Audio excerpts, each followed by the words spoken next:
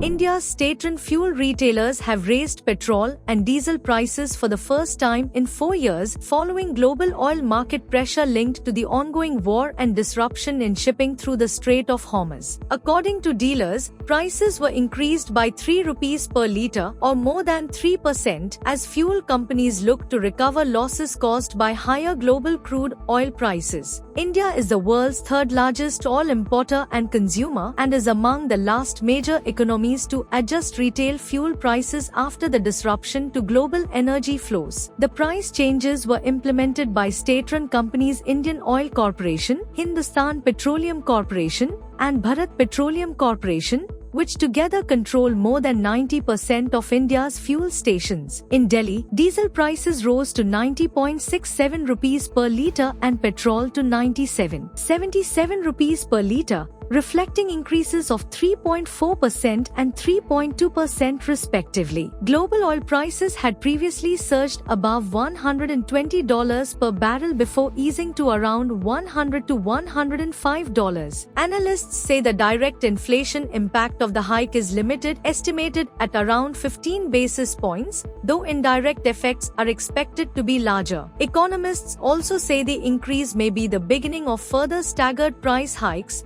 as fuel retailers attempt to recover ongoing losses. In response to rising energy costs, the government has introduced fuel austerity measures, including calls for conservation, work-from-home practices, and limits on travel and imports. State departments have also been advised to reduce travel and shift meetings online, with some implementing work-from-home schedules. Analysts note that fuel demand growth is expected to slow due to the price increase and additional conservation measures. Reports also indicate that Indian fuel retailers had been incurring significant losses prior to the adjustment as global oil prices rose sharply after the war began.